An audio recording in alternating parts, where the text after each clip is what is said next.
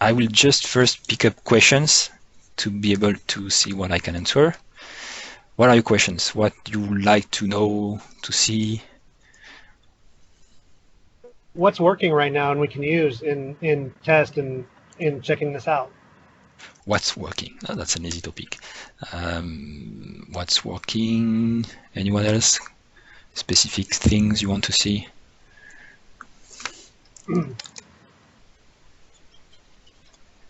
So the goal.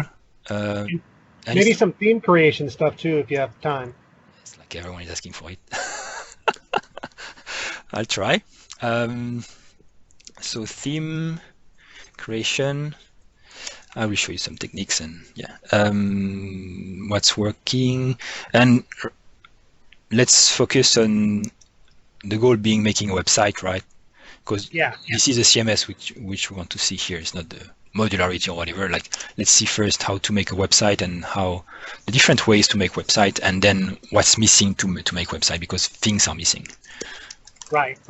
And hopefully I'll be able to give you some feedback by doing that. I already have too much feedback. Okay, let's see. Yeah, maybe we could start just trying to create a site and see what's blocking us and how to mitigate those things and how to do those things. That could be good. So first, so let me close that. It will bother me. OrchardCore, I will work with the source code. I'm on a branch called field editors, but I don't need this branch. I will go on the dev branch. Okay, this way I will be equal to everyone. This will just, yes to all, reload everything.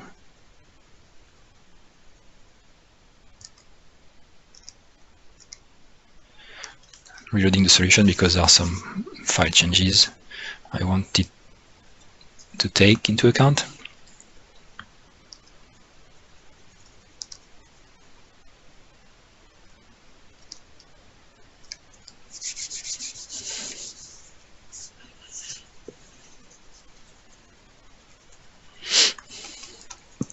I will also use the documentation a lot because I don't remember everything, but I know that most of the things that we need are on the documentation, and if they are not, that will be a way to add them.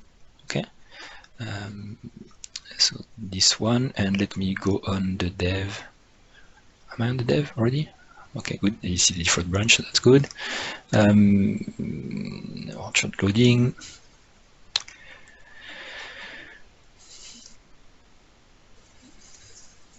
And I will clear my app data to start a new site. And I will start by creating an existing recipe so you understand how everything works.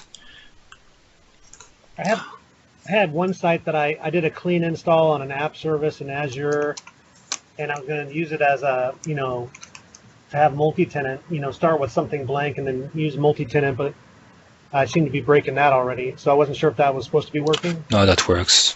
That's supposed to work. Ask Antoine, he's got many sites like this. That works. Maybe you found a bug, but yeah. Pretty sure everything works at this point. We have good functional testing also to test multi-tenancy and creation of old recipes. So it should just work. Okay, restoring. So by default, so what we have here, it's good to see the solution. So what we have the SRC OrchardCore, which contains a lot of projects which are useful for every other modules. We have a modules folder which are not CMS specific. Example, the admin side of the site is not CMS specific. Deployments, sending emails has nothing to do with the CMS. HTTPS support has nothing to do with the CMS. Also, all these things which don't have to be part of a CMS, all these modules can be reused in any app. And these are content management specific, like managing content types, content fields, alias, which is a subtle name to to a content item, auto routes to build routes dynamically, like in Orchard 1, HTML to be able to edit HTML, like body and fields, layers, which is the equivalent of our widgets module in Orchard 1, but it's called layers now, because a widget in OrchardCore is more than layers in OrchardCore. Widgets here, and you see all these things are for CMS. So that's the organization. We have a theme folder, okay, with all the themes. Main difference is that now you can create any web application and just reference a package called OrchardCore.applications or target CMS, and that will reference all the projects that are for the CMS and all the other modules. That's the idea. So you just create a web app and you reference the module you need. Or you have meta packages that reference all the modules for you. So for instance, if we look at target, we have a project called CMS targets, and this one is just a project that references other projects, all the CMS projects, okay, and the themes we have. So if you want to include all the modules in one click, you just reference this project, which will itself reference all the other ones. If you just want an MVC app, which is not a CMS, you just reference this one. And then you won't have any CMS dependency or any module, just the MVC logic to create an MVC modular app. But in this case, we reference CMS. And this is what this project is doing. This project is just a sample web app that references the application CMS target. So when we start this project, we have an application that will have the modules of the CMS, including the setup module, which will let us execute recipes to bootstrap a new site or new tenant. So this application is very simple.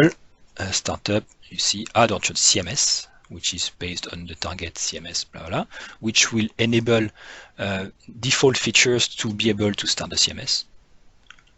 And that's almost it. Very simple. So I will start it.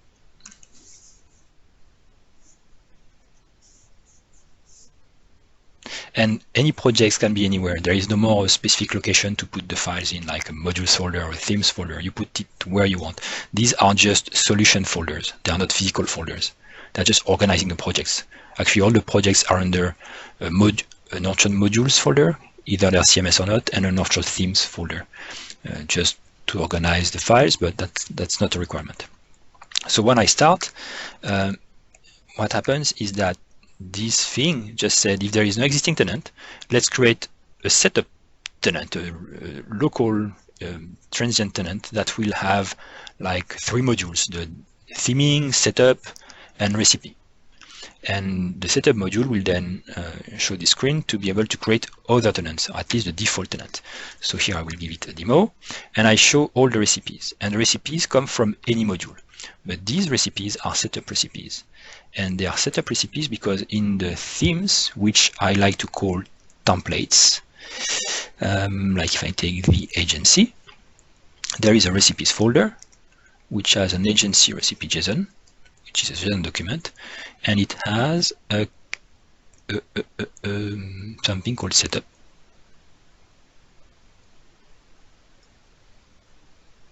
Doesn't say setup? Yo, is setup recipe. That's the idea. Oh, there you go. Okay, so this is why we show these, but we can have recipe in other modules and not set up recipes. So here, if I take agency, I can define a time zone and setup. I can select the database. If I choose something that requires a connection string, I can add the connection string. But SQLite is on the local box, so it doesn't require it. Username.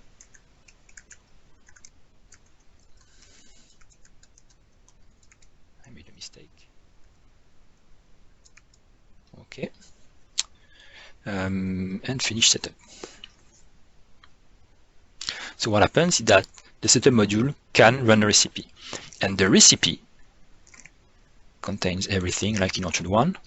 So it will contain the list of features to enable, content management, everything, okay, flows, widgets, layers. the themes to enable, and then so these are steps. So the step feature contains that. So this is one step. Second step, the name of the step is called themes, and the properties are for the admin and for the site. For the admin, use the admin theme. For the site, use the agency theme. Okay. Third step, settings. It will define common settings for the site. So one setting is the home route, what to use as a home route. So it will show the content item with the ID called landing content item ID. Well, it will use the variable landing content item ID, which has been defined here as a new GUID, okay, a new unique identifier. And this ID, we use it to define what is the homepage route, but also when we'll define the content item for the homepage, we'll use the same ID. Let me show you. If I look for that here, no, never, where?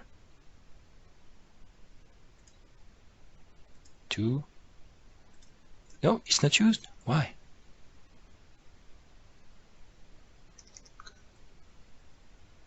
I have to check that. Looks like a bug, but it works magically. Oh, I don't know. That's weird. We'll see. Home route, layer. So layer settings, the list of zones we want in the theme. This is a property of the layers module. And then we have other steps. One step here, content definition, which will define all the content types we want in the site. And we defined something called a liquid page. We'll see that. We will define here, and we see all the parts, all the fields, all the properties that we want to put on that. The widgets we want, a new type called page, which will have an auto route and a flow part, a title part. Then the type called landing page, which is the main page here, which is based on an about section, on a list of team members, a portfolio, and this is how we build it, okay, from the recipe. But this is complex to read. So how do we build those recipe files? Where do they come from? What we can do is build the site using the admin, and then we can export parts of the site into a recipe file. So this is how we know what to type in a recipe file. You can export existing metadata from the site into a recipe file, and then reuse the recipe file or change it to run a new setup. That, and also from documentation. So in the documentation, we can see, for instance, the steps deployment. Is there a deployment section? There are steps, for instance. If I look at what could I look at, that is the explain steps.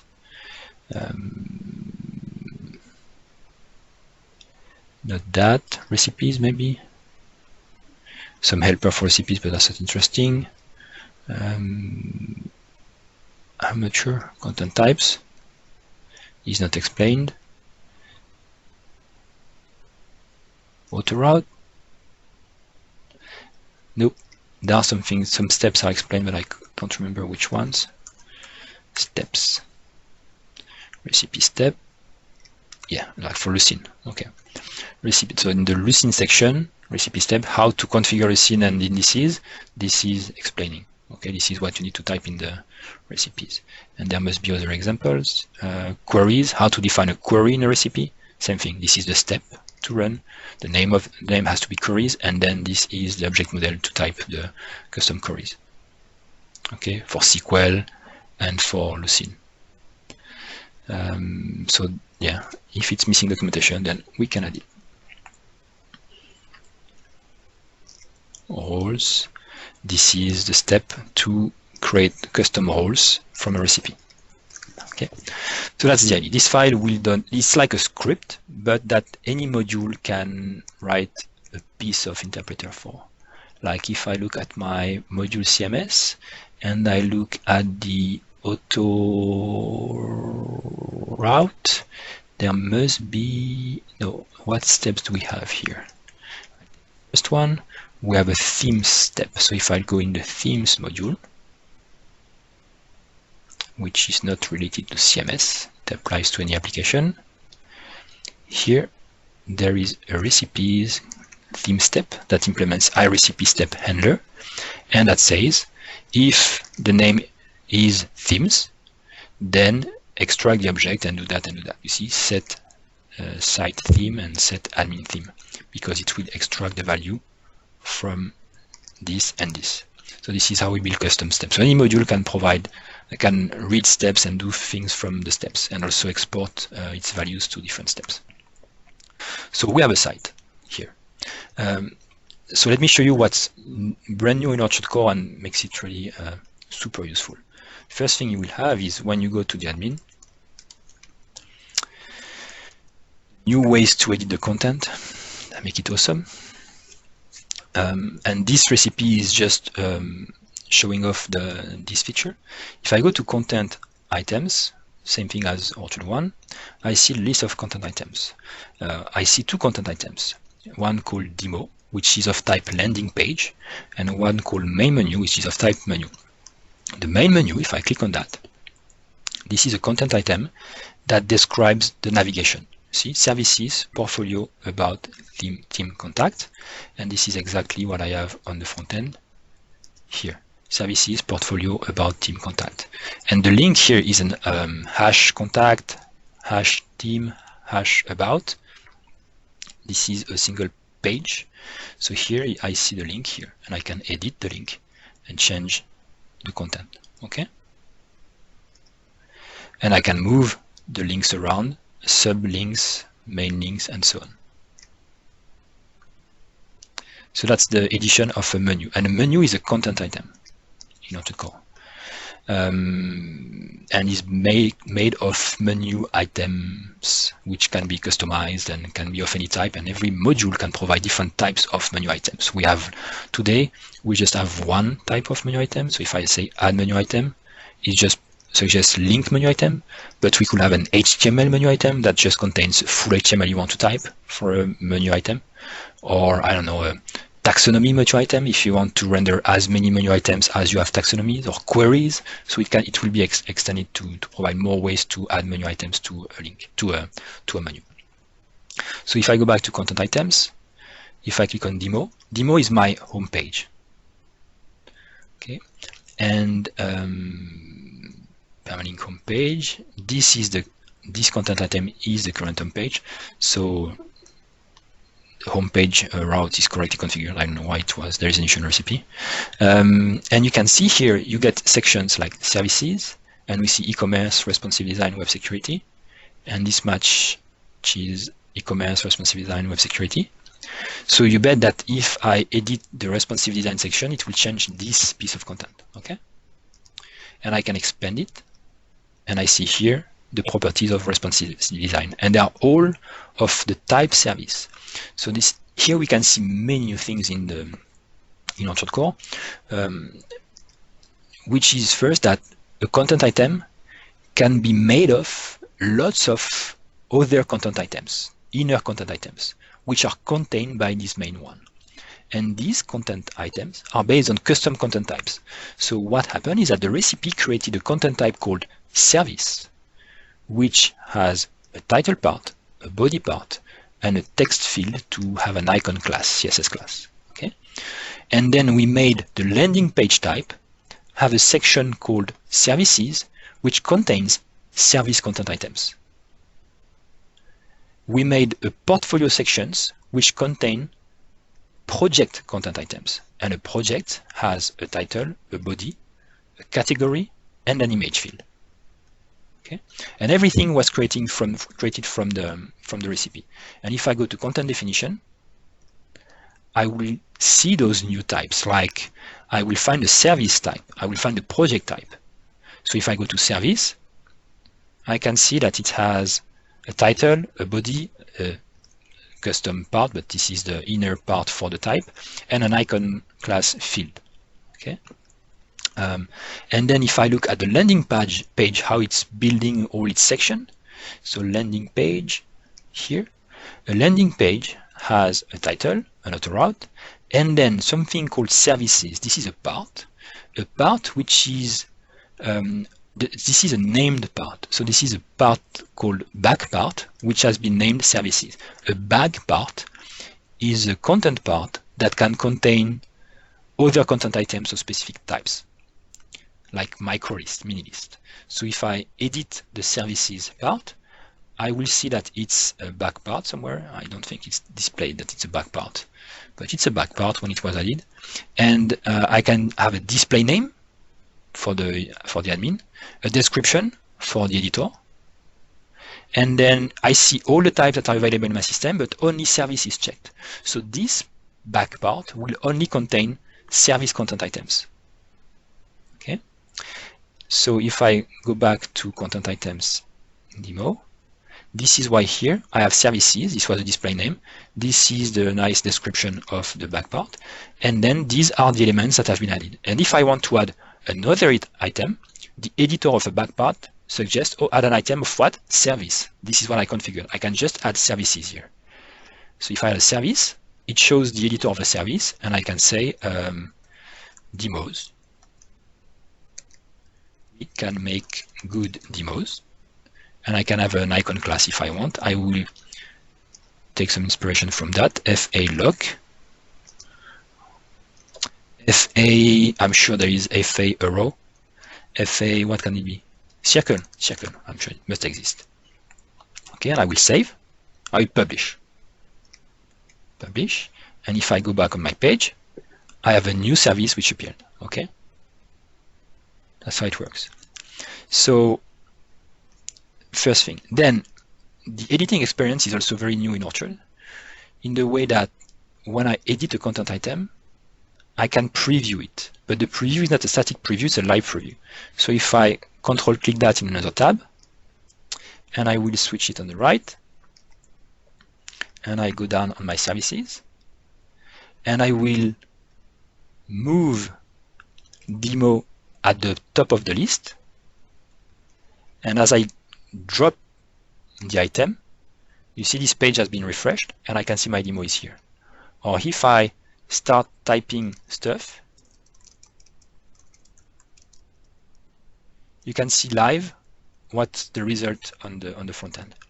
And this is not what's actually published, because I haven't published. It's a transient content item which is stored and displayed on this page through the server. So this is the actual server rendering, but it's super fast. Because it's so fast, we can do that for as many clicks as we want, or as many key types as we want, and see the actual results. So for the editors, this is super useful, because they can see exactly what's happening as they type. So if I delete that, it will be removed. You see that moved up. Okay, it's removed. If I go in my portfolio section and I want to change the name of this thing, see, I can change. You can change the text that is displayed on the pop-up. You can change the image that is associated here. So that's the beauty of the thing. You can move things around. Oh, explore should be the third item. Updates here. So this is also something which is new in OrchardCore, and that's super useful for the editors. So I'm quitting that view, and that works for anything. So that's it. Something.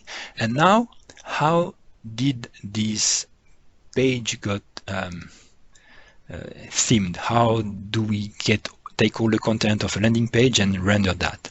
So this theme was taken from Start Bootstrap.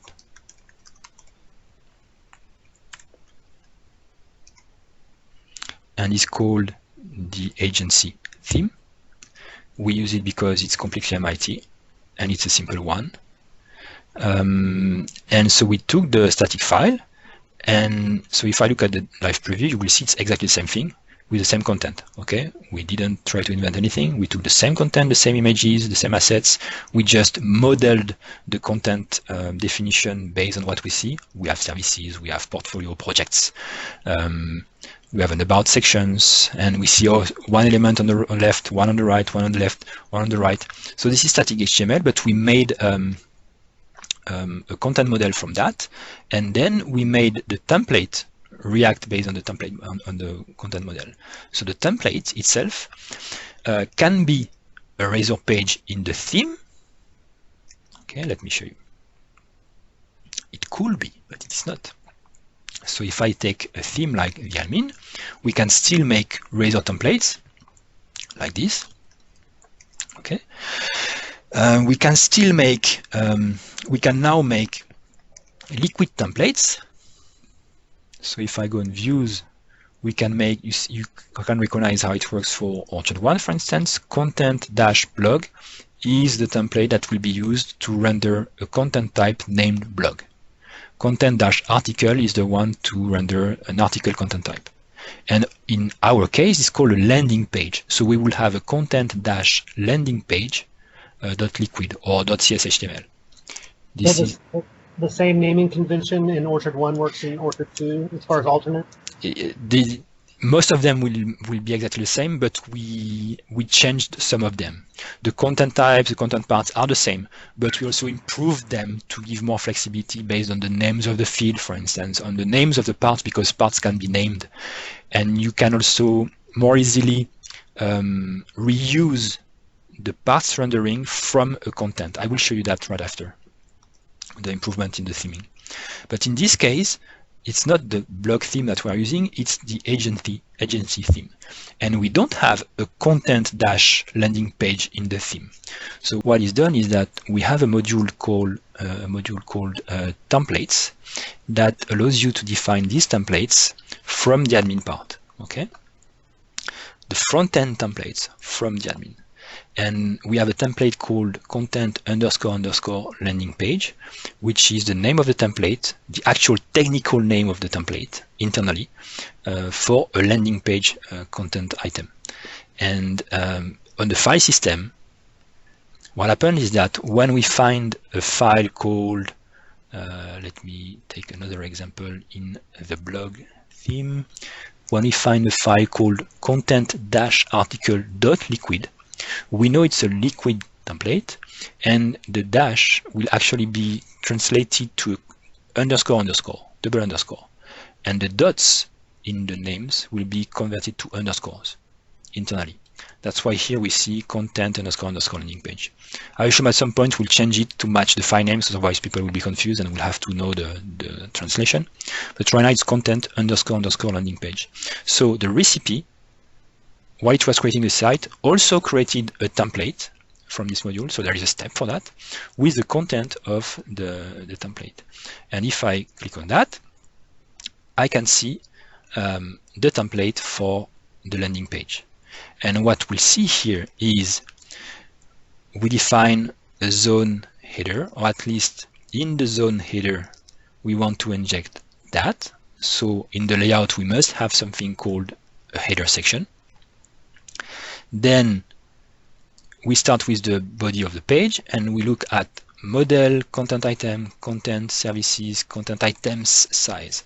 So what's happening is that when we edit the template for a content item, we have access to it using model.contentitem.content. Model.contentitem is the content item object, as in C#. .content is a JSON object representing all the data for this content item. And one property of this content is services, which is the name of the part. So all the parts are available under the content object. And services is a name of the part, the back part. And the back part has a property called content items, which are all the services. And in our case, there are 3 services. And then in Liquid, when we do dot size, we have the length of the list of the things inside. So if we have services, we create a section services.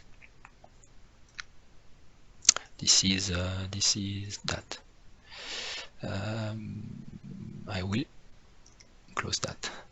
So we have a section services, and then instead of counting, we do a for loop for each element of a content item, so each service, and for each service we render this thing. And here we say service is the service we want. So service dot, then we want to access the fields. To access the fields, we need to call the part that contains the field, and the field is attached to the content types part, so it has the same name, and then it has a property called text. Okay, and then the title part has a property title, and the HTML body part has a property HTML. And because this one contains HTML, we don't want to encode it, which is the default behavior, like in Razor. So we say pipe raw. This way, it won't be encoded. It will take it as is in the output. So this is how we render the services. And I will show you again. For each service, we render one section, two section. Did I save it? Yeah, I didn't remove the demo. And we have 3 sections. And what is overly awesome with also this feature is, like in the content items edition, we have a preview button. So if I take that and I go back there, and I will change now not the content of the services, but the template for the services. And I'm here in services. Is it services? It is content item services. So here, this is the loop. And when I display the text for the title here, before the title, I will type something, A. And as I type, you can see all my titles, they have a A before. So now I can change as I type and see how it looks like in the output live before even saving. So you can give it to even to the designers or someone who knows about HTML and wants to change something, how it's rendered. So this is how it works. And this template has been taken from the official HTML static template and just made it dynamic using Liquid, which is quite simple. And in the documentation, because you might say, how do I get the field? How do I know this field as a property or whatever? Oh, something which is very useful, for instance, is that I will show up again the 2 windows side by side. So if I want to see what's available on the service, or that I have services, you can just take that and portfolio. I will just do that. Let's be crazy. It will be ugly, but at the top here, what I will do is I will inject that. I'm injecting model content item content. It will output it, and it will output it, and it's JSON. So it says you have a landing page property, you have an auto-route path property with that. So, oh, I have auto-route path homepage. So if I type content.autoroute path,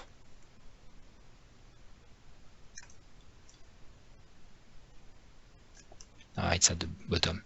I have path and set home page true. So I can have a path, but I don't want that. There is something called services. So I see I have content items. Okay, services dot content items. Okay, I have the first one. It's a list. So I will say 0. The first one, and I can see here. You see latest, published, modified.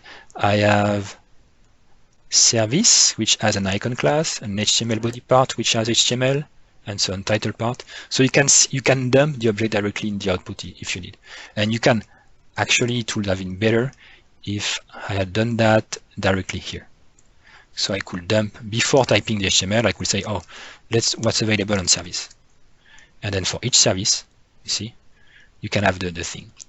So at some point, we'll provide a nice helper like a nice JSON output so that we can render a nice tree that is integrated in HTML instead of dumping the JSON directly. But at least we have, if we don't know what's available, we can introspect all the content and everything. And also, if you look, for instance, at title, for instance, do we have something for title part? Title.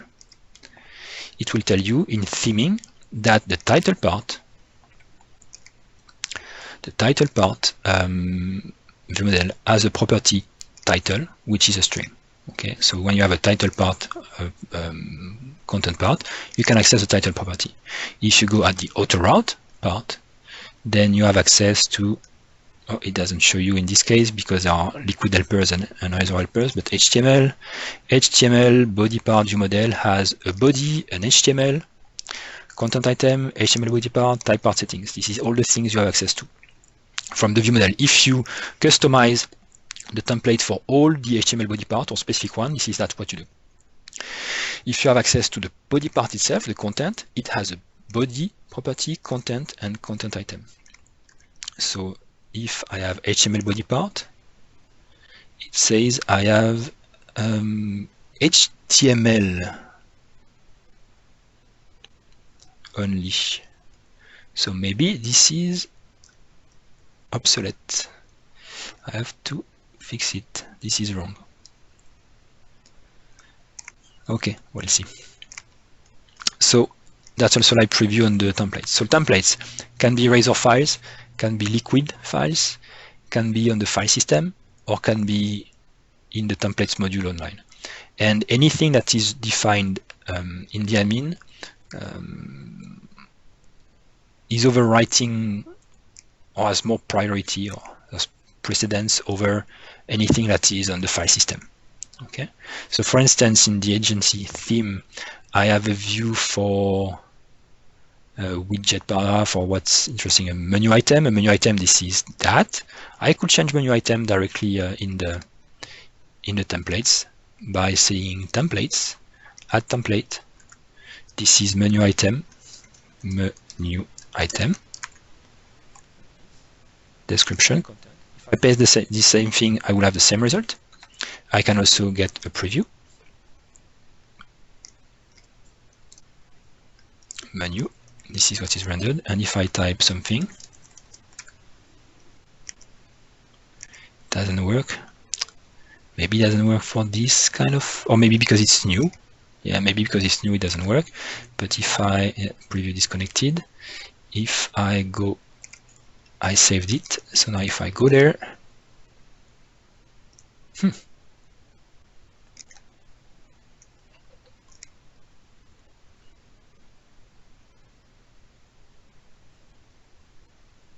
it didn't work. Menu item, it's not taken into account. I have to check why.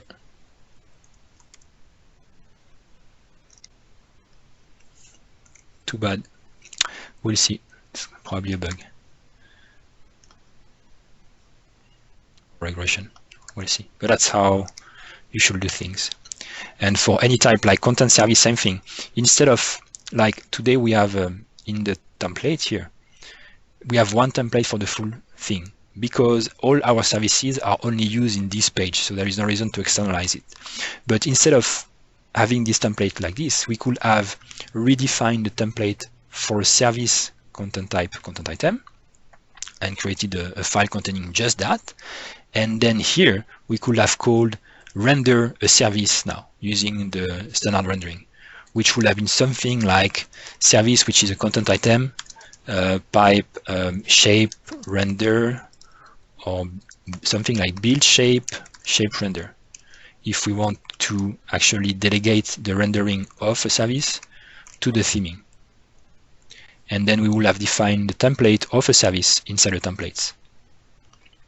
And this example is given in the documentation here. If I go on Liquid, I look for shape render. There is this is when it's a shape, and let's see, shape tags. We would have done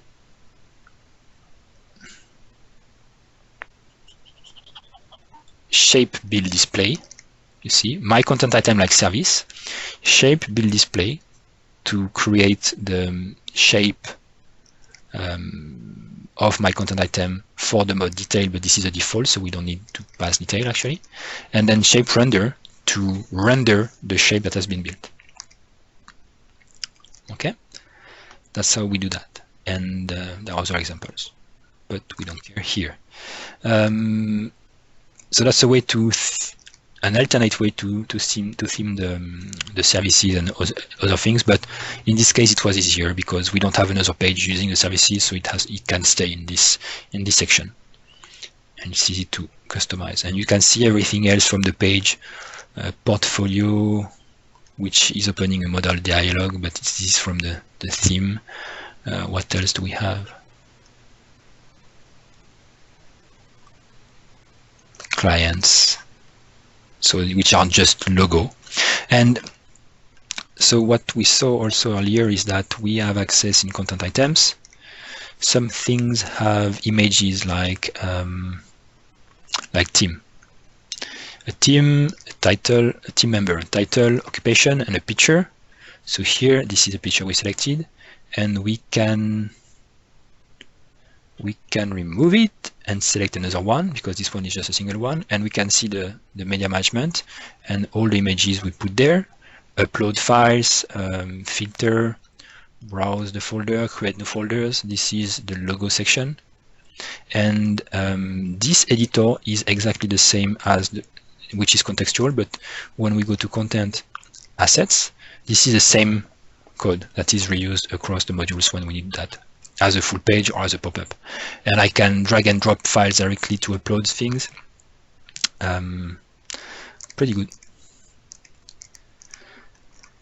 That's the media management. Also something we didn't see, let me show you. If I go back to the templates, I hope we have an example of resize. What's it called? Resize, yes. So here, project is a project content item. Image is the field of the project part that contains the image of the project. And this field exposes the path property. So if I look at the documentation,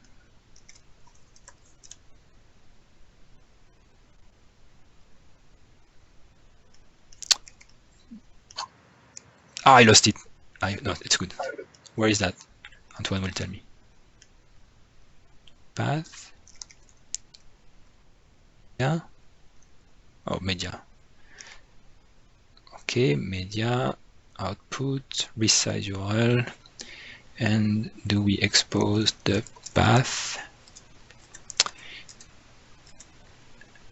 These are just examples, but you get it. So model content item content, your content type, your media field, path, and then dot first to get the first one. If you have many of them, well, you can iterate over that. But in this case, this field has only one image, so we take the first one, and it's mandatory.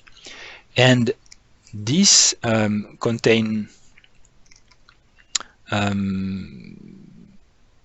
think, just the relative path, like /logo or /project /foo.jpg. Okay, so if you want a URL to be used directly, we then have to pipe it to asset URL. So let me show you here.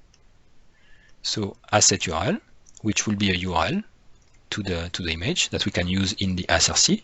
And then what we can do also is use a filter called resize URL, which will add query strings to resize the images to a custom mode. So here we'll have a width 400 and height 300 and stretch mode. And this thing will generate a URL for a media that will be converted automatically to these parameters. Okay? So you can store the original file and just say when you want to use it, what size it should be and how it should be transformed. Okay? And this is why when we go on the home page and I take the portfolio and I take the image, which is here, you see the URL with 400, 300, and the end result is an image 400, 300. This is what we send to the browser, but the browser itself, if it's the CSS, converted it to 340 to 2 and 255. So we have to be clever in here. It's stupid to have used 400 and 300. I should have used that numbers, but I didn't know. Maybe we should change it to be the actual size that we need. Okay, and these values, they are limited by a specific list of values, so nobody can generate the 1, 2, 3, 4, 5 and make 2 big files on your server. We can configure what these values are, and there is a predefined set that is also described in documentation. Okay, so that's something new also that you can do here. We have a custom filter and razor helpers to generate those images based on the source ones. Sorry. That's it. Questions so far? Did I miss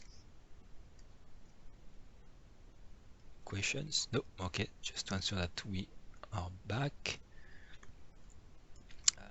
What else should I show? What else should I show? We showed content types, same thing as Orchard 1. We show back part. Flow part is very new. The flow part is very new and can be super useful. So if I go in the admin, I can create a new landing page, which is a type we have specifically for this template of the agency with service and portfolio.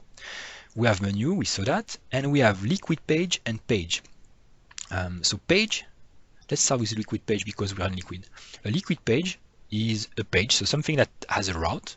So for instance, my custom page, it will generate a nice URL automatically. And the body of a liquid page is some liquid thing. So I could say, let me go in preview mode. This is the page. Okay, it's empty. It has the header from the layout, but there is nothing here. So if I type, this is a page, this is the content of my page. So this is free-form page with HTML, but it's more than HTML. It's actually liquid. So I can type, for instance, date. Doesn't work. So I need to do now pipe date, and I need a format like the %d. Yes, %d is the day of the today. Okay, and you can see this is liquid. So I could do also I don't even know what examples I could do. I could do loops for site name. Yes, thank you. So you also have access to higher level model like site.site name. Okay. If you want to see what's available on site, well, you just output site.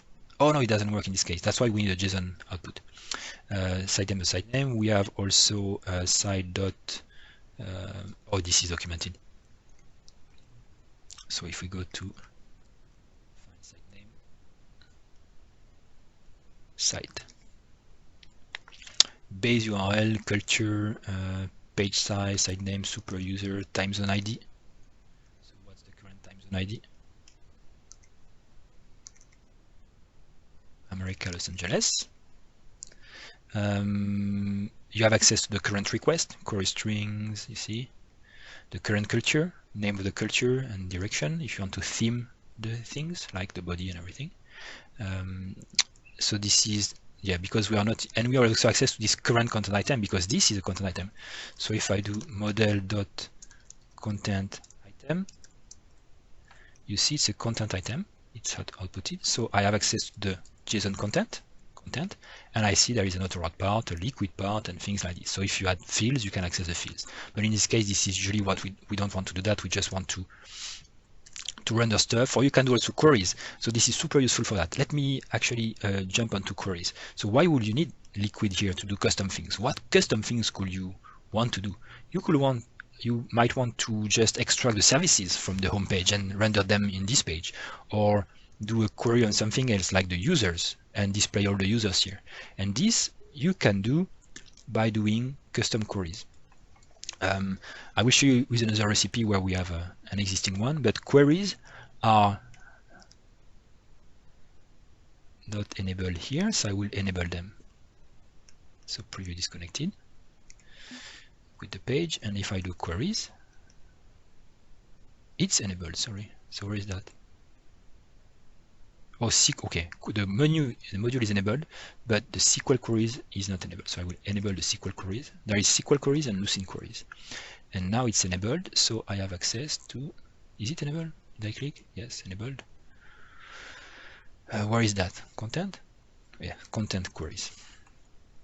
There is no query defined, so I will add a query.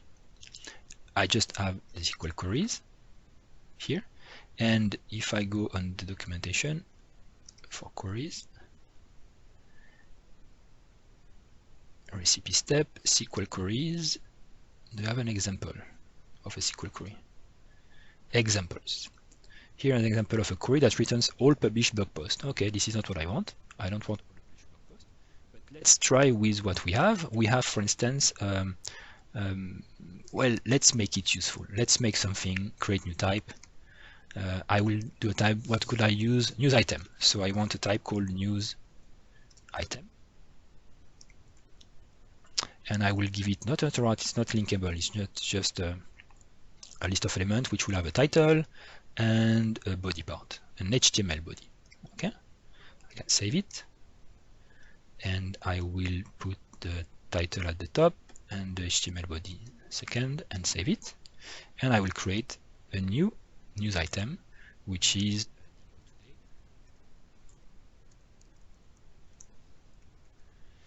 publish, and I will create a new news item. I should have given it a date time, but that's fine, that's okay.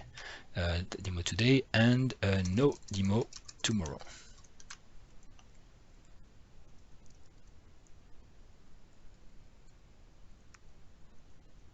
Publish. And what I want on a new landing page is a new custom page I will make is listing all these news items. So I can do a query,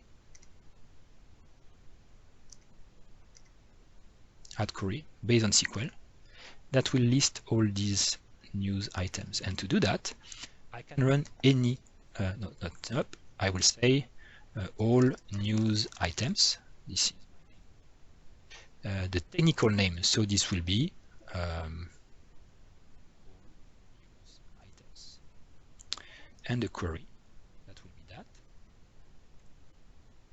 And this SQL, it's better if you have access to the SQL database and you can see all the tables that are available. But this one will go in the table content item index, which is an index of all the content items, has a column called published, and I want all the published news items, and it has a content type named blog post. Okay, so it's an index containing all the content items, information about all the content items. And I will select document ID. I save, and I go into, I created it, and if I go on this editor, actually, oh, this is the editor, but I have something, where is it? Where is my nice, oh, when I say run, sorry, I can try my queries. So when I go and run, I see my queries, I can query it, and I have no parameters in this query, and I can see the actual SQL that will be executed on my database, because this is generic SQL. It doesn't know about SQL Server, SQLite, Postgre, MySQL, but they all have these different syntaxes. But this one is a generic one. And then because I'm using SQLite, it's converting this to this one, which is actually what will be run. Like true in SQLite is 1. Okay? And the strings, single quotes, and you have to quote the elements with a double quote. Okay? So final query. So this is, so query doesn't work. Oh, blog post. There is no blog post on this one. There is a news item query. And I see here I have two documents, document ID 1, 102, and 103. Okay? So if I go back to my content queries, I will fix it here. And what it gives me is a property named document ID. If I will run it, I will just have IDs, which is not interesting. There is a checkbox here that is useful, and it is that when I return a document ID, it will load the document. So OrchardCore is using a sort of a document database over SQL. Everything is a document and has a document ID. So in this case, my content item is a document, a JSON object, let's say, that has a document ID that has been selected here. So if I save and I can run it, maybe it will show me some different result. Cancel, I will run it. No, it's the same thing, but I know it's a content item. So if I go to my liquid page, a new liquid page, I didn't create it earlier, so I will say news. Okay, and here I can run a query. So if I go to the documentation for queries, I will see that here, this is how we do that. This one, paste it. So assign, I will call it news items.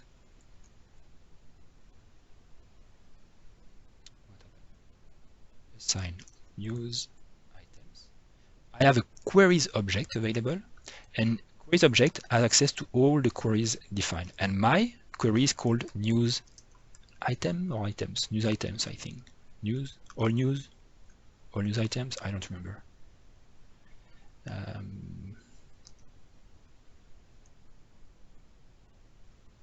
all news items.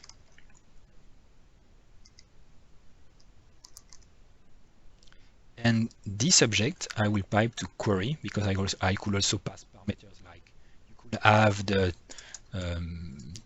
top 3 and ordered by whatever you want. There are parameters, but I don't have any parameter in my query. And then for each item in news items, item display text. The display text is a help. So item is a content item. Display text is a helper on a content item that will extract the text to describe the content item. If you have a title, this is what it will use. In this case, we have a title, so we can use that directly. I can publish it, and now I have a permalink, or I can just preview it and see demo today, no demo tomorrow. Okay, so if I extract that to another page, I want to inject a BR in between, or if you want to make things better, divs, whatever. Let's do a ULLI,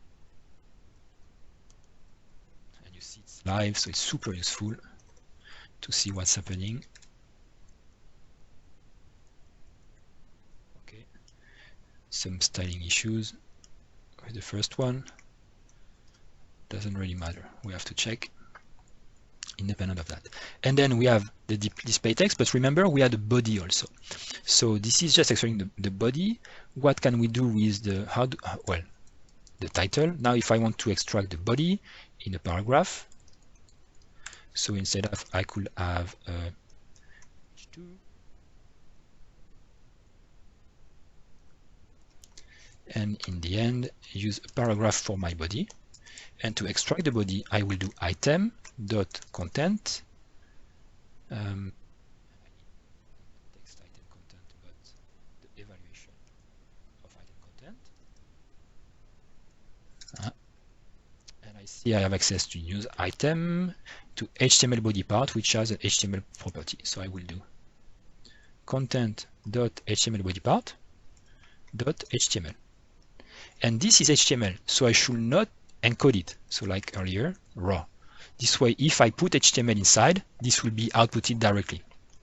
Okay, and actually, usually the HTML body part already has a paragraph, so you can use it directly, like this. Okay, so that's good, and I will publish my page, and I will open the editor for my content item, and just see what. No, I can't do that.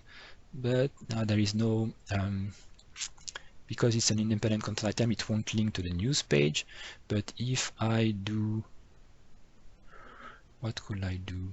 Let's try something. If I edit the news page here, this is not what I wanted to do. I want to extract it here, shop news, go to this page. So I'm on live preview with this thing, and I will open a new window, not on the landing page, but I lost the preview because I lost the focus. That's sad. So that won't work. Well, let's create a new news.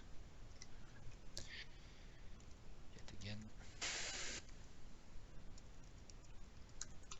And I can put some HTML and publish. So if I go on the news page here and I view it, I have my third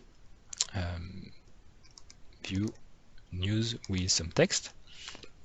So everything works. So that's super useful to be able to model the content items, the content types, and create pages that will just do whatever query you want. And these are SQL queries, so everything which is available in SQL, you can query on that.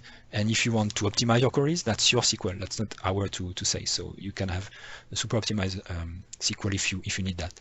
And it can access any table which is in a database. So we have the documents table for content items, but we also have flat tables with columns you've defined, or we have defined in indices to be able to query elements. We also have access to Lucene queries. So here in the queries, Lucene. Lucene is another provider to make queries. So I will show you the blog recipe. There is one by default to show you, but you can then do full text search in queries and then reuse them in templates. And here I did a Liquid page, which is just a page executing Liquid. But Liquid can also be available in all templates, so you can make your main layout the queries. And also in terms of performance. So this is super fast because this is direct SQL and you template it directly. There is no other layer. This is very fast. This can be even faster if you decide to cache it, because we support donut caching.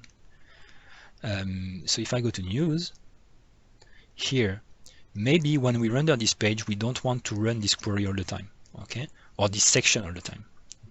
Maybe we have five different queries, and we don't want to run them in different frequencies, rates. So here we can use a cache tag. So if I go on this page, let me show you. Let's do a test. This page, F5, you see, should be super fast. 12 milliseconds. I'm not running in release, I'm in the debug mode. But 12 milliseconds is fine. Now, if am I debugging actually? I'm not debugging, but it's a debug mode. If I do some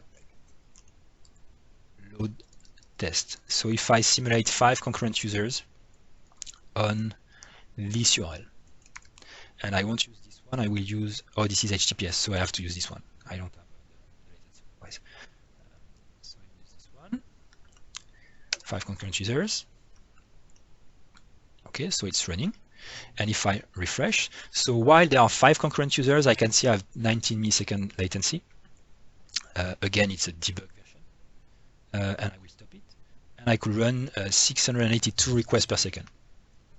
If I go, if I'm not, no, Skype has no impact here, but usually for these kind of things, you will get, on my machine, I get usually 2,000 requests per second when I'm in release mode. Even with SQLite, which is the bottleneck in this case. And this is what I get for a blog recipe or the agency recipe. So this is what you get. But now if you want to be faster than that, we can cache the result, because there is no point in not caching the news all the time. We can cache it even 1 minute, 5 minutes, whatever, we can cache them. We can even be invalidated anytime there is a new news item or one news item has changed. So we can do that, and it's documented. So cache. Caching a shape, dynamic cache. So we have, let me see if I can find an example, a cache tag.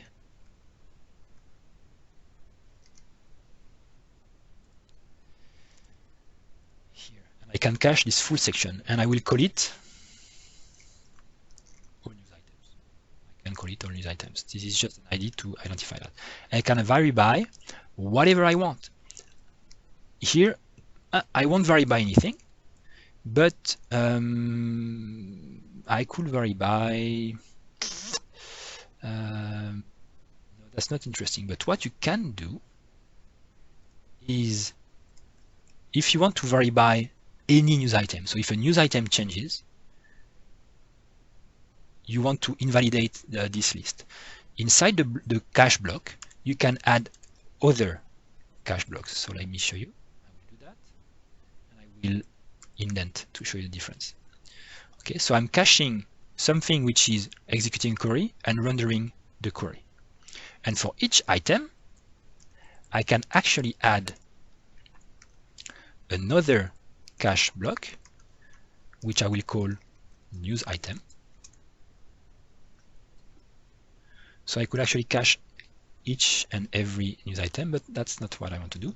And you could do a vary by, and here do item.contentItemID.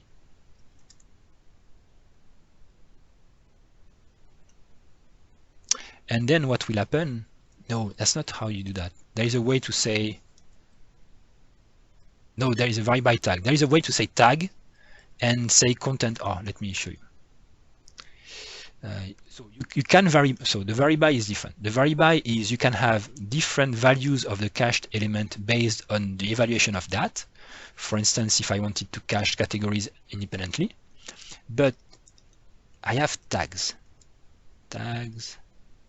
A tag. Where is the shape tag? No. Cache ID shape tag helper attribute. Cache tag.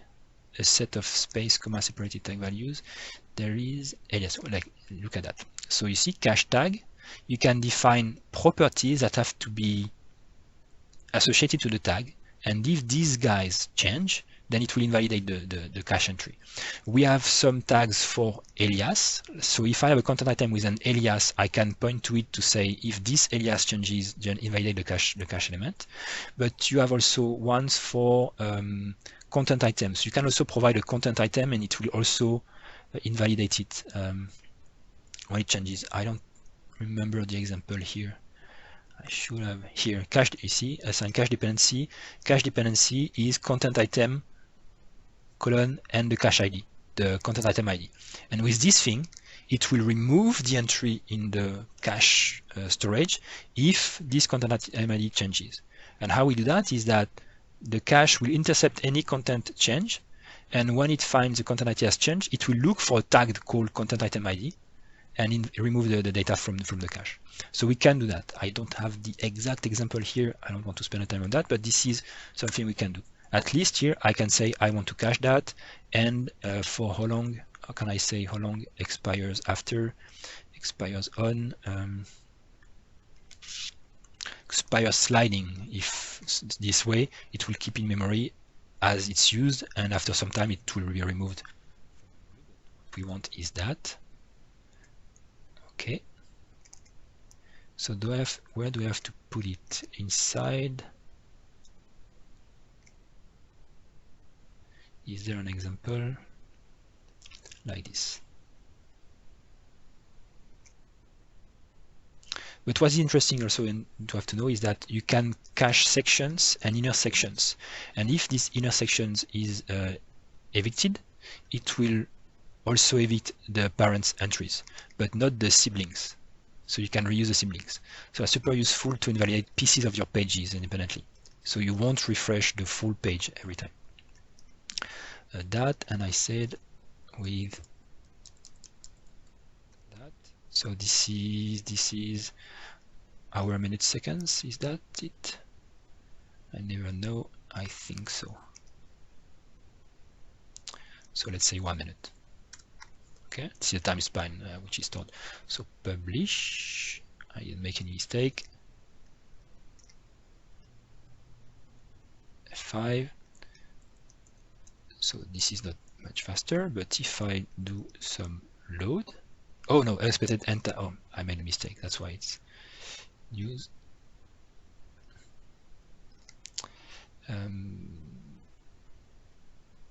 Assign 4, and I'm missing the N4.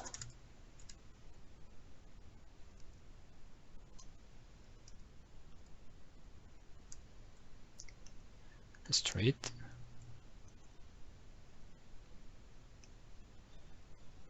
But it works. So let's see now if I do the same thing and do some load. Can run it 5 seconds. It's not much faster. That's interesting. It's a little bit faster, but not that much. And that should be faster. Maybe this actually, maybe the issue is that this is not what is taking a lot of time. Maybe this is just loading this page, which is taking a lot of time, and then we need some other cache.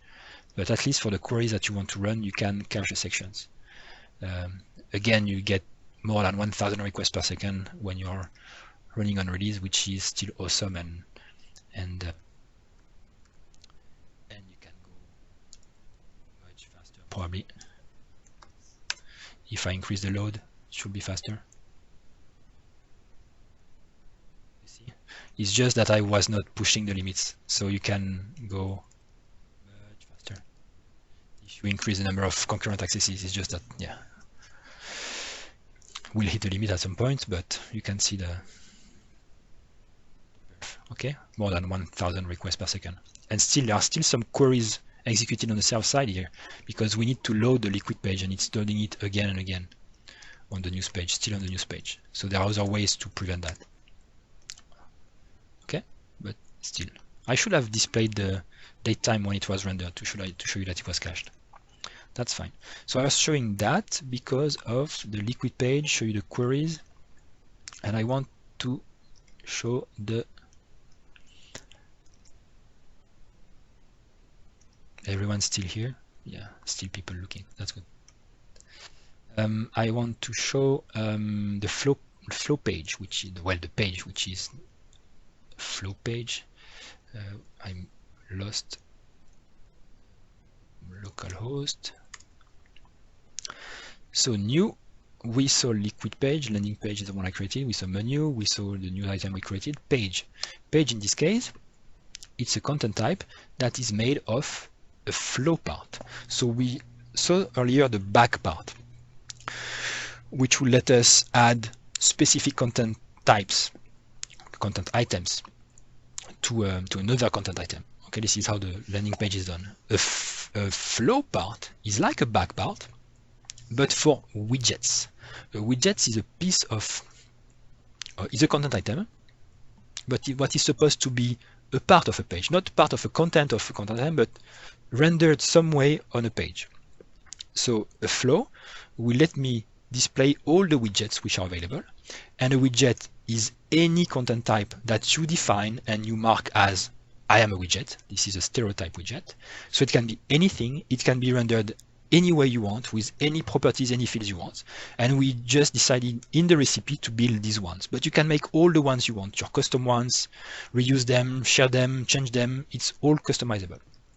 So in this case, we have an HTML widget, container, block quote, image, liquid, and paragraph. This is pretty explanatory, self-explanatory. So in my page, I will call it custom page. And first thing I will do is add a widget. So I will add an HTML widget. And here I see I have HTML, which is a content thing. And this HTML widget doesn't have a WYSIWYG editor, it's just plain HTML. So this is some bold text. Okay. And the nice thing with this part, the flow part, which is here, is that I can organize each widget on the flow of widgets. So I can say it's justified, not the text itself, but the element itself is justified on the page, so it will take the full size and not will be on the left, on the right, and I want it to be 100%. So it will take the full length of my sorry, page. So I need some lorem ipsum generator here. Sebastian, does that strip out any tags or anything when you save it? No, not this one, because this editor is just taking it as is. Okay. Here, you see, I have no editor. So whatever I type is taken into account. If I use the WYSIWYG editor, yes, we have the issues with the WYSIWYG editor that will strip out things if it doesn't understand or tries to parse it. So if you really don't want it to be stripped out, then you use this text box, but you don't have a very nice view of that. So, and you can find another editor which is better for you, but all the ones we use usually they have small issues. But let me show you just that. So I will do this, and I will do another widget. I will do the paragraph widget. And you see the difference between the HTML and the paragraph is just that this one is still HTML but has a WYSIWYG editor. Okay. So then we might have issues with losing tags and things. Okay, so this is WYSIWYG. And okay, I will add a widget which is an image widget. An image widget is just a content type that has an image property and a caption. So I can select an image and I can give it a caption. And I will publish my page.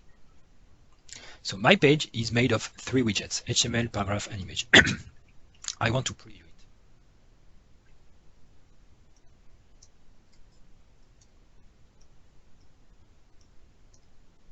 And you can see I have this HTML, this one, and this one. I don't know why it's, oh, because, okay, when I pasted this one, I pasted by copying the source format. If I say as plain text, then it will look like plain text, okay? And you can see I have the live preview also, which is quite useful. And these widgets, well, you guess that, oh, I wanted that to be yellow, so we can see the difference. Okay, it's yellow, and you see it's live reactivity, so that's super useful. And I will move that paragraph above the other one, and as I drop, it's there. Or if I move the image in between, that works too. Let's say I want the image on the right and this text on the left. I will say this text will go on the left, and it's broken. No, on the left, kind of. If I click on the ready button, it didn't work, and I want it to be 50%. And then this image, I want to put it on the right, 50%. This is broken. Oh my god. This used to be the best demo ever, and we broke it. How is that possible? Maybe the theme does. Oh, did we ever try it with this theme? Maybe we don't have the correct CSS classes to do that. That's possible.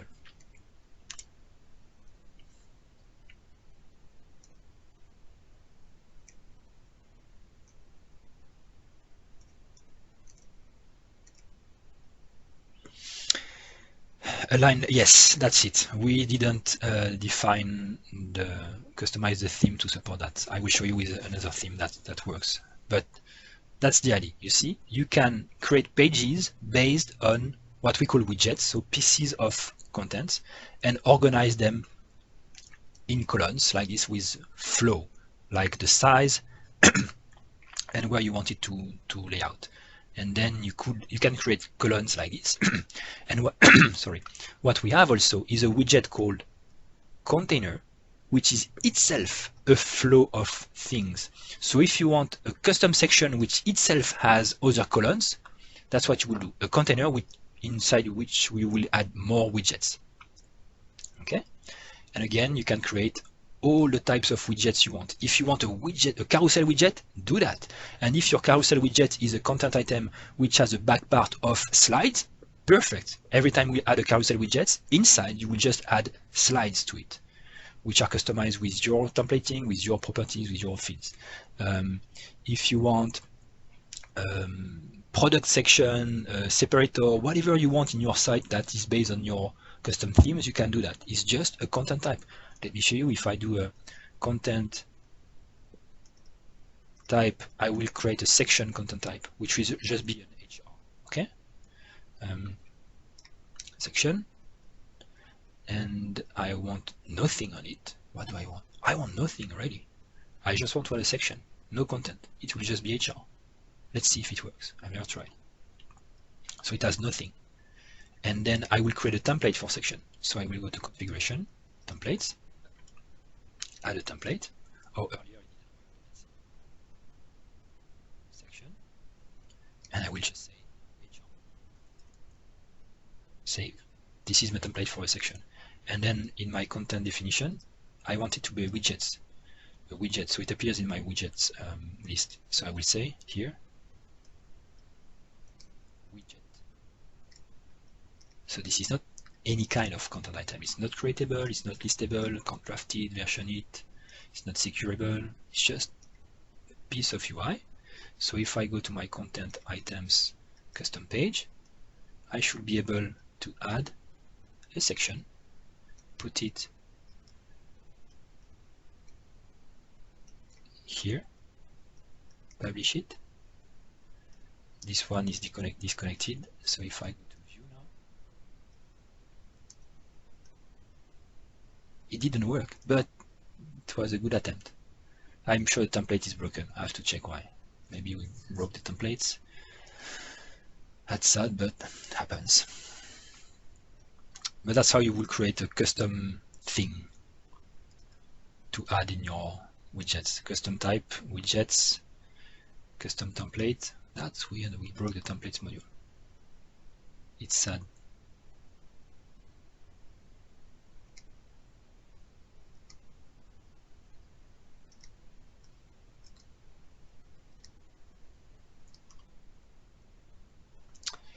See, the section is here, but there is no HR injected. No, this is not this thing. This is not this. This is this thing. This is this widget. And you see there are lots of properties. It's in a div which contains a div and a div body. If you want to change the templating for that, it's also documented in the widgets. How to customize the widgets rendering, widget templates. It explains you what files you can change. Oh, good that I look at documentation, because this is not content section. This is a widget section. That's why. And it works. Beautiful. See that? Yes, because the name of the template is the stereotype and then the type of the field of the content type. Stereotype here is widget. That's why. So if I go back to my content item and I edit it and I will do preview.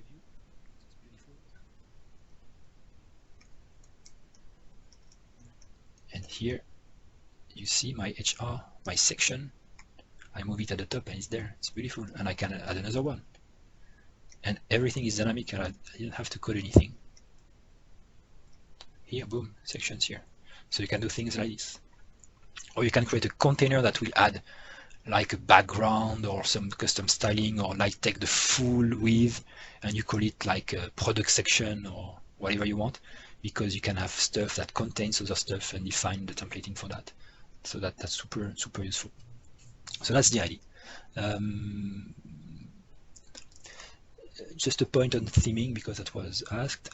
So how you will create a theme? Well, you create a new project of a web project. So the web project is just a standard C# project that has the SDK Razor, net standard to 0. And then that's almost it. You have a www.root folder that contains all the static files you want to be served, and they will be served. You have a views folder that contains all the templates you want. You will have a layout template that will contain the main layout of your site. Okay, so I suggest you copy paste an existing one and see how it's done, and that you can reference static files or external CSS files and so on. Define resources you want to inject. Define the section, like header section, footer section, where you can inject scripts or pieces of templating. Like, remember, we have a head in the main landing page template. We were rendering something in the header section. This is this thing. So we define a section called header, and this is where it will be rendered.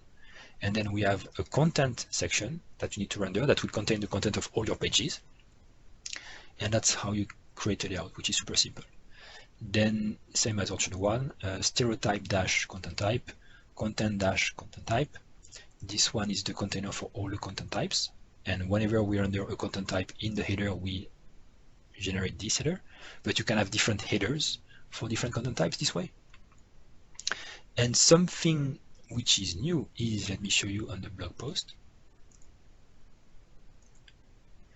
So this recipe has a blog post content type, which has just a title, a body, and that's it.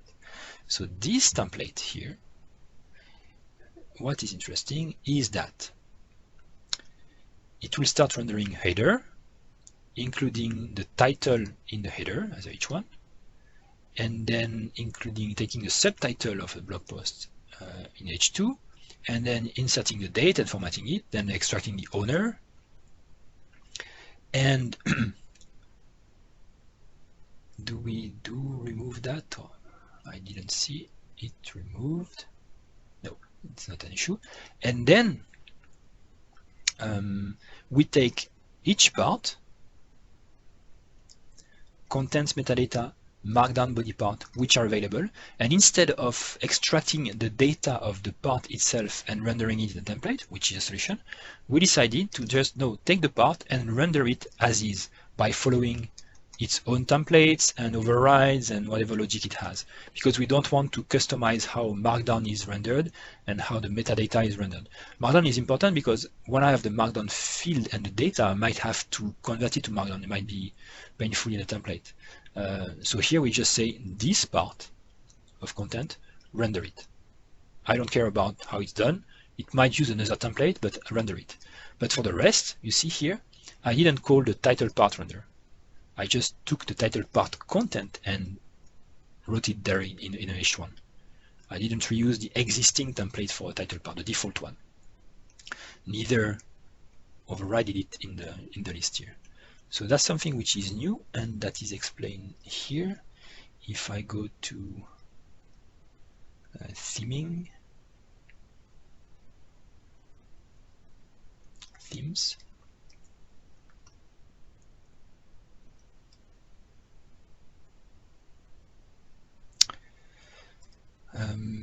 here, yes, here. This is an example where we take the, is this what I'm saying or not? Yes. Is it? I'm not sure. Yes, that's it. So where we access the zones of the shape, and we can remove specific elements because we don't want them to be rendered. We want everything to be rendered, but not this one. So we can remove elements of shapes from a list and also extract them to render them individually if you don't want to render the full list. So this can be useful, and here there are some examples, and this article explains exactly how templating works, how different templates are found when you render a content item. So what's happening when you render a content item? If you have a content type with a title, a back part, an outward part, and another bag, what happens to render the thing, and what files are found and why, and how can you customize each file? So this article, I think, is the best starting point to understand the file names and what you can override. And then there is a link from this article, because this one explains the logic behind renaming all the files and what you can configure. And then this page explains all the different types of files you can create, like the template content _ blog post is the file content -- blog post, and you have access to model.content, model.content item, content item.content, and what it is, how to customize a widget templates. We saw that earlier, and I didn't know, I forgot. How to customize the parts, all the ways to customize parts with examples, blog, HTML body part, if you just want to change the HTML body part of a blog, if you don't want to change the HTML body part of a blog when it's displayed in list. So things like this. Typo, we have to fix. But this one, so these two articles are the main ones to go in details about how you can theme anything in the rendering.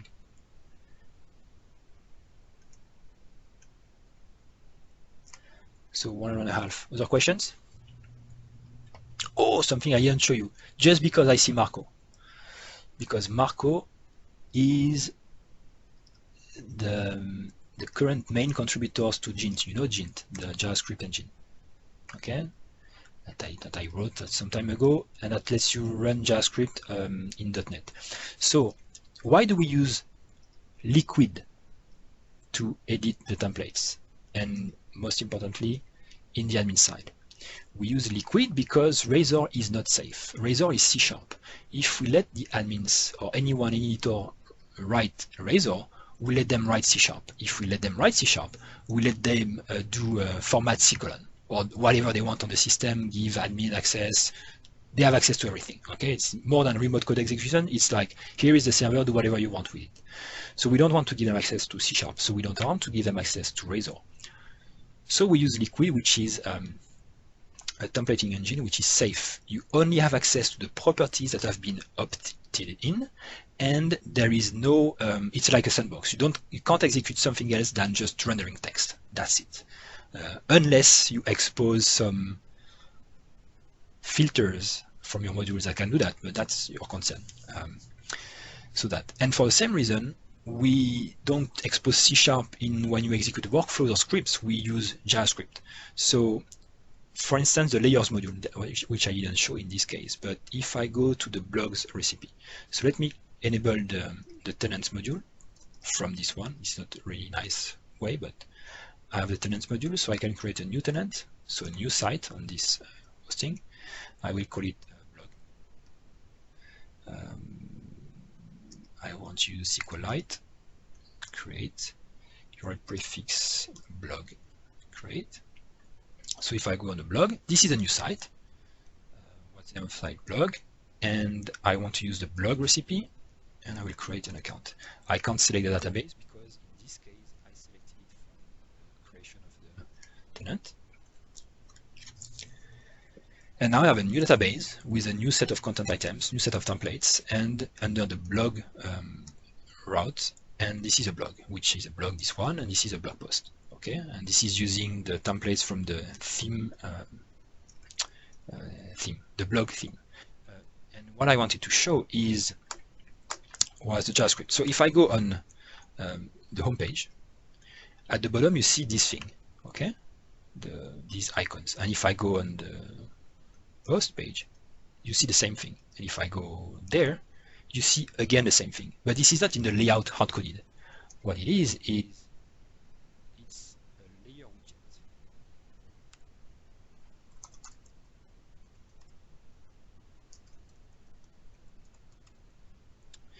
So we enable the layers module here, and the layers module, so remember the widget I showed you to inject when we were at the page content type.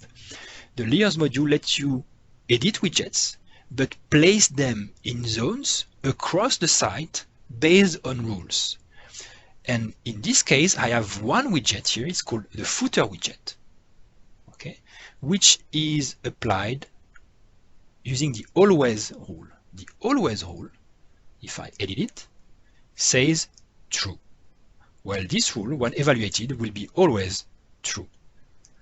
If I go on the home page rule, it's actually called a layer, but a layer has a rule.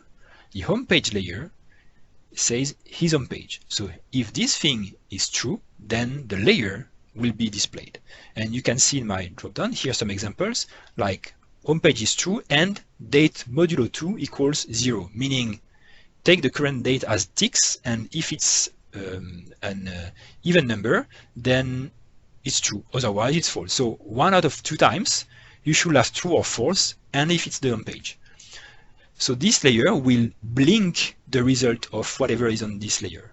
And this is JavaScript because it's safe. I don't have to run C#.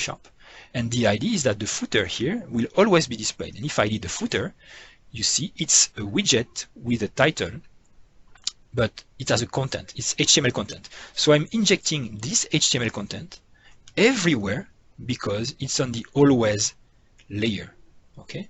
If now I say I want it on the home page layer, so edit, layer, home page, publish. If I go to the site, I'm on the home page. I see the footer. I go on the post. I don't see the footer. Because every time we render, we will evaluate the rules for the layers. If a layer is valid, we inject all the widgets in the zones for this layer. Okay, this is like Photoshop layers. You place elements on layers, and when you make a layer visible, all the elements show up. And then you can define in different zones where to inject fields, so widgets. So you could have a right sidebar where you can inject elements only if you're on a blog post or on a blog section, but not on the about page, or if you're in the kind of content items you're rendering. So this is how we do that, and for that we use JavaScript. And we also use JavaScript for the workflows module that we have, where all the scripting in the workflows is done in JavaScript also.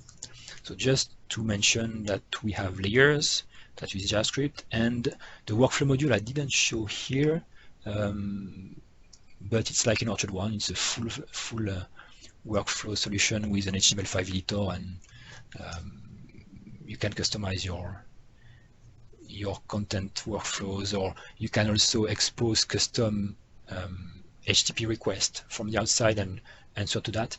Something I didn't show you, by the way, is the fact that when we so in this blog recipe we have queries by default. The query by default is called recent blog post, and it's a Lucene query. And just to show you, you can also do Lucene queries. Like we did SQL queries, you can do Lucene queries, and it's a query, so you can use it in any liquid. But also any query is exposed as a REST API. So if I go to the main one, the one we did earlier, and if I go to the security settings, you can say that an anonymous user can execute the all news item query, save. And with that, you can go to the site, and I don't remember the URL, but something like API queries / all news items, and it works. I'm lucky. Okay, that's what I would have called the endpoint, and I wrote the endpoint, so I'm lucky. And you see here, I have the 2 content items, JSON documents, which are returned as a query because I exposed it as available on anonymous users. But you can define custom client applications using bearer tokens. We support OpenID and OpenID, and OpenID, and we'll expose these things automatically. If they can be also, that's why I'm saying they can be protected with custom roles and custom permissions. So when you create a client application, you give it a role, and it will apply all the security settings. So you can expose only the queries you want if you need to. Okay, but that can be also super useful for external applications who need to reuse your content. Here you have an endpoint, and it's Web API, which means if you send an application /XML header, you will get it in XML. That's just content negotiation. We do the same thing with GraphQL. There is a GraphQL module. Let me show you. Feature GraphQL. Oh, this is in a GraphQL branch. Crap. But we have a GraphQL branch with a GraphQL module that will expose that. But I showed that like 3 weeks ago during the meeting, so that should be fine. You should see it on internet. You should find it on YouTube. So that's it. Not sure I have anything to add. There must be many things to add, but that would be too much after. Do you have questions, comments? Should we master instead of dev? You can, but I don't suggest. All the new things we showed, all the bug fixes are on dev. Dev is pretty stable because our continuous integration, we check the same test as we on master, is just more volatile. It will change and some things might break, but master will break whenever we merge dev to master also. So up to you, but I'm sure most of the ones who actually deploy sites today, they work with dev. So, Sebastian, what beta version would you say we're on? Beta? Today, yeah. It's literally today it's called beta 2. Beta 2, okay. Is there one going to be released this month? The beta 3, I'm not sure it won't be released this month. I'm sure it won't be released this month because it's almost the end of the month. The next time we release beta 3 will be when taxonomies is done. Taxonomies is missing. I started working on that. I made a pause last week because I had other matters, but this is my current main task, working on taxonomies. And once we have taxonomies, we release beta 3. Excellent. We have a roadmap. Go ahead, sorry. Let me show you the roadmap, what we have, because it will tell you what's missing and what you might need actually. Yeah, that's what I was looking at. Hey, so what are your concerns about backwards compatibility if you start, running a blog or something now? Do you foresee there being any compatibility issues going forward with changes? Yes, we'll break at every beta. We'll break something for sure, and I can't say what because as we create modules and do changes, we break things. In terms of content item, I'm pretty confident. Like if you create a blog, the blog will work for sure. Yeah, I'm just mainly worried about the content items in the database. No, I think this is fine. We won't change how it's stored today. And also we have the export-import module that you can use, and it works really well today. So that will be a way to re-import your data if you need. You can export. Now, was there a way to directly take the content items in one? Yes. Yes, beautiful. You see deployment plans, remote clients, remote instances. So when you create a deployment plan, I will call it deployment, okay? To prod. No, I will call it all content, whatever. A deployment plan is what you want to export. And a deployment plan is made of steps. A step can be, oh, I want to add the queries I wrote. I want to add the templates I wrote in the module, in the templates module.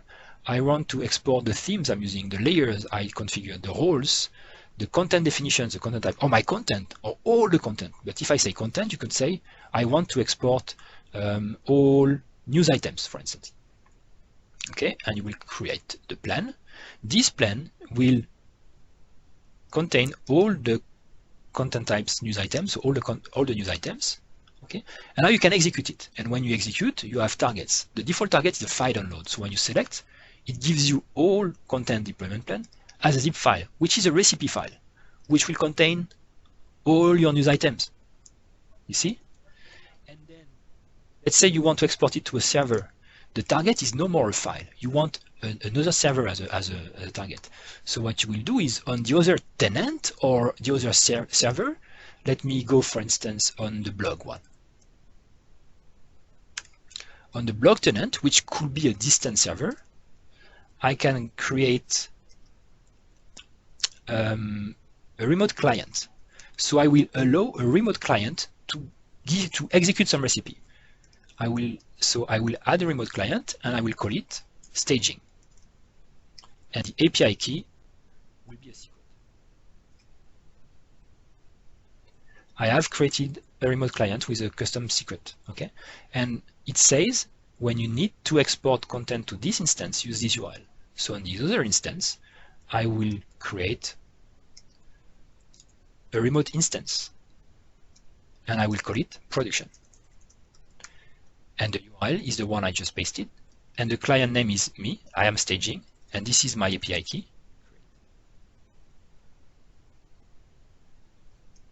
I click create. And I will go back to my deployment plan and my all content, I will edit. I will call it news. Okay, because I just want to export the news. But I don't want to export just the content items. I also want to export the content type definition because my blog doesn't have any notion of so you see that's very bad because we don't have a step for just a single content definition. So I won't do that. We should have a step for just news item content definition. But does it check for duplicates when you import it, like for content type? Yes. On the definition? Well, duplicates for content types, it will, because it will be based on the UID, the content item version ID. So to overwrite it. So if it's a new content item, you will get a new content item. If it's an existing one, it will overwrite it. I think we found a bug for that. We have to check, but that's the idea. There might be bugs, but that's they should be minor bugs. We will find bugs. They are still in beta, but that's the idea. And then when you run content and you say import export deployment plans, I have this deployment plan. I will click on that, and I want to execute it. Now I have a new target which is called production because I gave it the name production. And if I select, it will post my plan to this instance, which will import it as a recipe. And that's fantastic because that can be a pain. Yeah, and with workflows, the idea is that now with workflows, you can create a scheduled workflow that will execute this plan automatically. We don't have this activity yet, but that will come very soon. And even if you want to do it, that's super simple to do. So you can run a workflow to that. So you could even say, whenever there is a news item, wait for 2 days, or when it's approved, then send it to the production. Things like this. Now you can program things like this just graphically. Just to give some scenarios. Or when like you could send an email to someone with the email containing an action that will trigger the continuation of the workflow to say, yes, I approve to go in production. And then you send an email with a link to your staging that shows the news item. And when everyone agrees, they click, yes, I agree. And when everyone agrees, the workflow goes on and say, okay, let's deploy to production. And it goes to production. That's the beauty of the thing.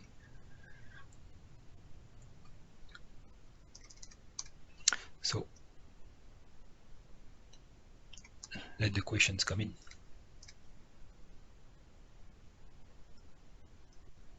You gave a whole lot more than I thought you were going to. I really appreciate it. I didn't go into much detail for many things. We might do that later with specific topics, but there are things with holes in the story. Like you see, I wanted to select a content type definition to export. I don't have it. I just have all content types. That's sad. So I need to do that. But as we give demos and people will build sites, we progress on that. Yeah. Did you at one point in time, Sebastian? You said you were going to make a video, a screencast of how you imported, from that theme site into Yes. the theme. Did you ever do that? No, but we can do the same thing as we did today next time. Just let's say we have a theme and let's make it in Orchard. Antoine did that with his own resume start bootstrap, but he didn't record, or he just tried for the first time to make a theme. We could try to do that next time. Maybe Antoine, if you want the one you said you would do, we could do it together, like pair programming and like a meeting like today, and see how it goes and Because that's probably a really good one. That's the first barrier, is just having a theme to work with. I agree. And again, for me, it's not just a theme; it's a template, because the theme will also define the content model that you want to manage and the type of pages you want to have. So it's more than just a theme. Theme is, for me, is like when you can switch from one theme to the other on the same content model, and this is super hard to do, like, and super not common. Because you have your company, which has a theme. From one day to the other, you don't say, oh, let's switch to the other one. No, you make a new site with new content model and everything. So it's not switching themes. It's more like application building, custom application building, which contains templates, but it's modeling, it's templating, it's lots of things, rules, workflows. So that's more like a template. And then you can reuse this template to create more sites like this. New instances of this site with different content, but the same organization, the same views. And the base theming, that's all the same still? Yeah, I haven't tried it for a while, but it's supposed to work. Okay. There are even unit tests for that. So it should work. Antoine, Thank you. Antoine, I hope you took notes about all the things that didn't work, so we can check what we need to do. That's what we do. After each demo, we find issues, bugs, limitations. We need to, or even documentation which is missing. Okay, that's great. Good. Thanks, everyone. It's been 2 hours. Maybe we should do the same thing next Friday. Maybe next time to do the theme. I will talk about it on Tuesday, and I'm sure everyone will agree, and then we can record it and have a good story for a theme. Perfect. Yeah. Okay, good. Thanks, everyone. Later. Talk to you later. Bye.